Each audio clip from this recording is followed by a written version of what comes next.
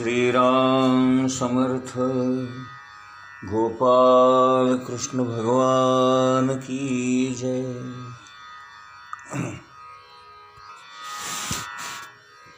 मुंगीपासून ब्रह्मदेवापर्यंत आणि गवताच्या काडीपासून ते भगवान शंकरापर्यंत सगळीकडे अनेक रूपाने, अनेक रंगाने, अनेक नामाने आत्माच नटलेला आहे।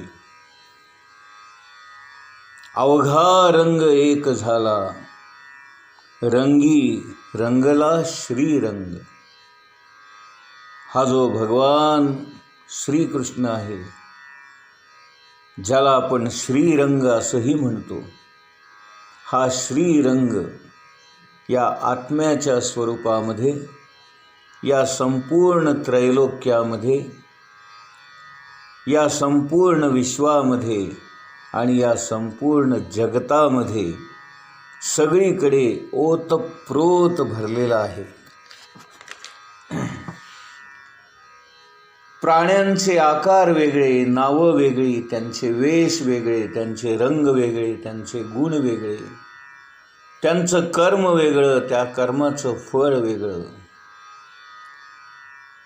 हे सारं वैचित्र्य बघून जर एखाद्याने हा भेदच खरा आहे असं जर मानलं, तर त्याने कोटी जन्म जरी घेतले तरी त्याचा उद्धार होणे शक्य नाही आणि या जन्म मृत्यूच्या चक्रातून तो सुटणेही शक्य नाही। आता तुम्हाला प्रश्न पडेल, जर आत्मा एकच आहे तर मग एवढ्या सगळ्या वस्तू, इतके सगळे जीव आणि एवढी सगळी सृष्टी कशी काय दिसते मग, नाही का?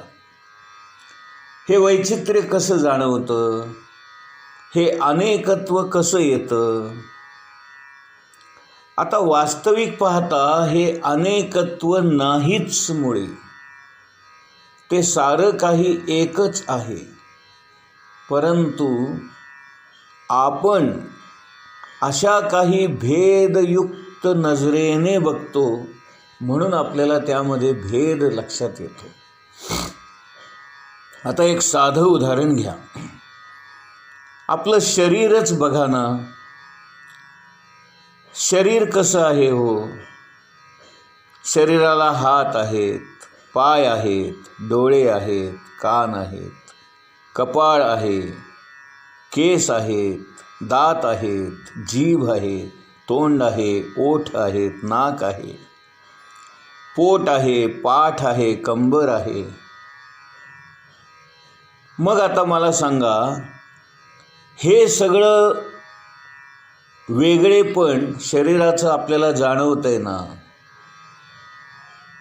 म्हणजे जरी प्रत्येक अवयव दिसायला वेगळा असला, हातासारखा पाय नाही, पायासारखे डोळे नाही, डोळ्यासारखा कान नाही, कानासारखे ओठ नाहीत, ओठासारखे केस नाहीत, म्हणजे या प्रत्येक अवयवांमध्ये भिन्नता आहे, पण अवयव म्हणजे वेगळे आहेत का? या सर्व अवयवांचं मिळून जे बनतं त्याला शरीर म्हणतात। तसं या जगामध्ये अनेक आकार, अनेक रंग, अनेक प्राणी, अनेक पक्षी, अनेक चराचर, सजीव निर्जीव अशी ही सृष्टी, पण या सर्वांचं मिळून जे बनतं त्याला ब्रह्म म्हणतात। जसं हात, पाय, नाक, डोळे, कान, ओठ, केस, दात या सर्वांचं मिळून जे बनतं त्याला शरीर म्हणतो, तसं या जगामध्ये अनेक रूप, अनेक नाम, अनेक रंग, अनेक कर्म या सर्वांनी युक्त असणारं जे आहे त्यालाच ब्रह्म म्हणतात। आणि परब्रह्म म्हणजे काय? या ब्रह्माची ज्याने निर्मिती केली ते परब्रह्म, म्हणजे या ब्रह्माचाही बाप ते परब्रह्म. म्हणून द्वैत आहे असं आपल्याला वाटतं, परंतु हे द्वैत नाही, हे सारं अद्वैत आहे. याच्यामध्ये वेगळेपणा आहे हे ठीक आहे, परंतु वेगळेपणा जरी असला तरी या सर्वांनी युक्त असणारं हे भगवंताचं स्वरूप आहे, किंवा ज्याला ब्रह्म म्हणतो, ज्याला परब्रह्म म्हणतो. आणखीन एक उदाहरण देतो म्हणजे तुम्हाला पटेल. एक हत्ती आलेला होता गावामध्ये, आणि काही आंधळी माणसं हत्ती पाहायला गेली होती. ज्याने त्या हत्तीच्या पायाला हात लावला तो म्हणाला हत्ती खांबासारखा आहे. ज्याने त्या हत्तीच्या सोंडेला हात लावला तो म्हणाला हत्ती पाईपासारखा आहे. ज्याने त्या हत्तीच्या शेपटीला हात लावला होता तो म्हणे हत्ती खराट्यासारखा आहे. ज्याने त्याच्या कानाला हात लावला तो म्हणाला हत्ती सुपासारखा आहे. ज्याने त्याच्या पोटाला हात लावला तो म्हणाला हत्ती आभाळासारखा आहे. मग मला सांगा, पाय म्हणजे हत्ती का? सोंड म्हणजे हत्ती का? शेपूट म्हणजे हत्ती का? तर हे सगळे त्या हत्तीचे अवयव आहेत. या अवयवांनी युक्त असणारा हे सर्व मिळून जे काही होतं त्याला हत्ती म्हणतात. तसं प्राणी, पक्षी, माणसं, नाही का, सजीव, निर्जीव, झाडं, डोंगर, दर्या, नदी, नाले, सरोवर, समुद्र, हे सारे त्या भगवंताचे अवयव आहेत असं समजा, किंवा या सर्वांना मिळून एकत्रित असं जे असतं त्यालाच भगवंत म्हणायचं. म्हणून नुसती माणसं म्हणजे भगवंत नव्हे, नुसते प्राणी पक्षी म्हणजे भगवंत नव्हे, नुसती झाडं म्हणजे भगवंत नव्हे, नुसते डोंगर म्हणजे भगवंत नव्हे, तर या सर्वांचं मिळून एकत्रित असं जे स्वरूप होतं त्यालाच भगवंत म्हणायचं. आणि म्हणून इथे अनेकत्व दिसतं, पण अनेकत्व जरी असलं तरी त्या एकातूनच हे अनेकत्व दिसतं. म्हणून ज्ञानेश्वर महाराजांना द्वैत संबंध शून्य, एक जिन्सी, एक रशी अशी वस्तू आहे असंच सांगायचं. म्हणून आपण ज्ञानेश्वर महाराजांच्या आरतीमध्ये जे म्हणतो ना, प्रगट गुह्य बोले, त्यांनी भगवंताचं हे स्वरूप जे आहे, जे गुह्य आहे ते प्रगट केले. आणि ते म्हणतात डोंगर, दर्या, नदी, नाले, समुद्र, पृथ्वी, आकाश, वायू, अग्नी, पाणी, अनेक प्रकारचे पक्षी, अनेक प्रकारचे प्राणी, अनेक प्रकारचे माणसं, सजीव, निर्जीव, चर, अचर, चल, अचल, हे सर्व जग म्हणजे भगवंताचंच स्वरूप आहे. आणि हे प्रगट जे गुह्य होतं ते त्यांनी उघड करून सांगितलं. तर खरा भगवंत कसा आहे, तर या सर्वांचा मिळून आहे आणि सर्वांच्या पलीकडे आहे. आमुचा प्रकृती पलीकडील भाव, जरी कल्पने विण लागसी पाहो, तरी मज माझी भूते हेही वावो, जे सर्व मी म्हणोनी. अथवा मी गा सकळ संबंध वाव, असं भगवान अर्जुनाला सांगतात. ज्ञानेश्वरांनी ज्ञान आणि विज्ञान या सर्वाहून तो भगवंत वेगळा आहे हे सांगितलं. क्षेत्र आणि क्षेत्रज्ञ यामध्ये फरक सांगितलेला आहे. पुरुष आणि प्रकृती यामध्ये फरक सांगितलेला आहे. उत्तम पुरुष हा क्षर आणि अक्षर यापेक्षा वेगळा आहे असं म्हटलेलं आहे. अशी अनेक प्रकारची उदाहरणं देऊन ज्ञानेश्वर महाराजांनी त्या आत्मतत्वाचं आपल्याला वर्णन करून सांगितलेलं आहे. पण असं जरी असलं तरी हे वर्णन वाचून किंवा याचं अभ्यास करून श्रवण मनन करून ते आत्मतत्व आपल्याला कळत नाही हे तितकंच खरं आहे.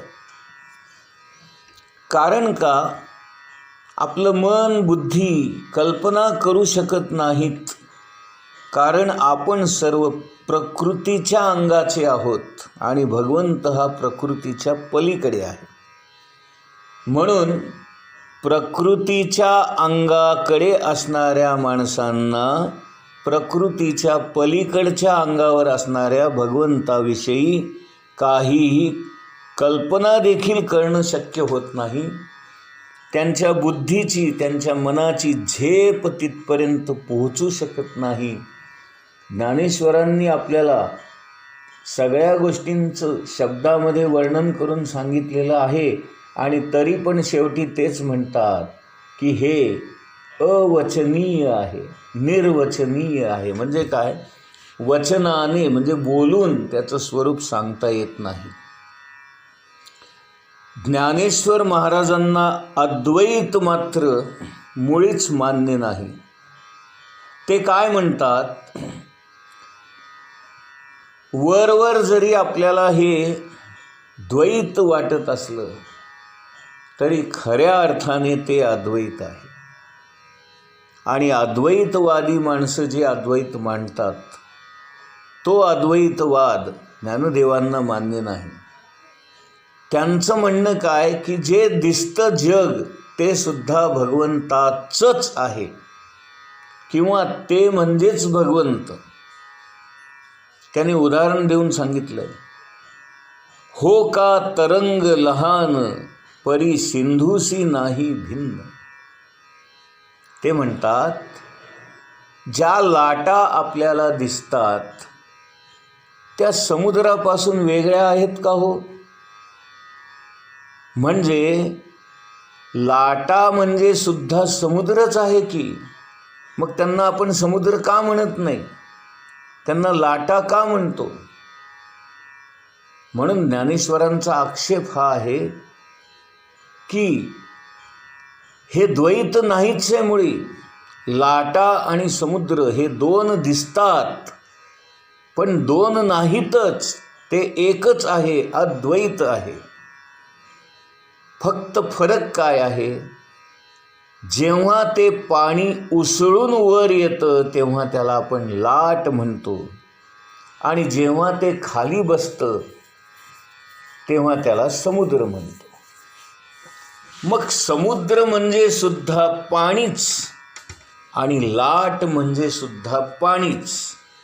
मग दोन्ही ठिकाणी जर पाणीच आहे तर द्वैत आलं कुठं? मग अद्वैतच आहे ना. किंवा आणखीन एक उदाहरण दिलं त्यांनी. सोन्याचा एक गोळा आहे, त्याला आपण सोन्याचा गोळा म्हणूया, आणि त्या सोन्याच्या गोळ्यापासून ते वितळवून त्याचे दागिने केले. आता दागिने जरी केले तरी ते सोन्यापासूनच केलेले आहेत. म्हणजे सोन्यातलं सोनं वेगळं आणि दागिन्यातलं सोनं वेगळं असं द्वैत आहे का हो? नाही. दोन्हीमध्ये सोनं एकच आहे म्हणजे अद्वैतच आहे, एकच आहे. पण म्हणताना काय म्हणतो? हा सोन्याचा गोळा आणि तो गळ्यातला नेकलेस किंवा ही हातात घालायची बांगडी, हे पायात घालायचे पैंजण आता मला सांगा, पैंजण म्हटलं काय, बांगडी म्हटलं काय, किंवा सोन्याचा गोळा म्हटलं काय, या 3 वस्तू वेगळ्या जरी दिसत असल्या तरी त्याच्यामध्ये वेगळेपण आहे कुठं? एकाच सोन्यापासून त्या बनलेल्या आहेत. म्हणून इथे द्वैत नाहीच, हे सारं अद्वैतच आहे. अगदी हेच दोन्ही उदाहरणं डोळ्यापुढे ठेवून आता तुम्ही माणसं, पक्षी, प्राणी, झाडं, डोंगर, दऱ्या, आता हे दिसताना जरी वेगळं दिसत असलं, त्यांची नावं जरी भिन्न असली, तरी हे वेगळे कुठे आहेत? त्या भगवंतापासूनच हे बनलेले आहेत, किंवा आपण म्हणू त्या भगवंताचंच अंग आहेत, किंवा त्याचंच हे अंश स्वरूप आहेत, कण स्वरूप आहेत. मग आता साखरेच्या पोत्यातून एक कणभर साखर खाली सांडली, बरोबर ना? मग पोत्यातली साखर वेगळी आणि हा साखरेचा कण वेगळा असं आहे का हो? नाही. कण जरी असला तरी ती साखरच आहे, आणि पोत्यात एकत्र जरी असली तरी ती साखरच आहे. त्याप्रमाणे प्राणी म्हणा, पक्षी म्हणा, झाडं म्हणा, माणसं म्हणा, हे जरी वेगवेगळे दिसत असले, त्यांचे रंग, रूप, आकार, नावं जरी वेगळी असली, तरी हे सर्व त्या भगवंताचंच स्वरूप आहे. आणि म्हणून या संपूर्ण जगामध्ये अद्वैतच आहे, हे ज्ञानेश्वरांचं म्हणणं आहे. गोपाल कृष्ण भगवान की जय.